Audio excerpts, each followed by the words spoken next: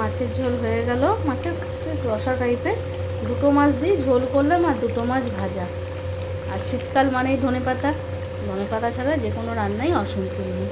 একটু কাঁচা টমেটো আর একটু ধনেপাতা দিয়ে মাছের মশলা হয়ে গেল। কেমন লাগে তোমরা অনেকেই বানাও, কার কার পছন্দের আইটেমটা অবশ্যই জানাবে। বাটা মাছের ভাত।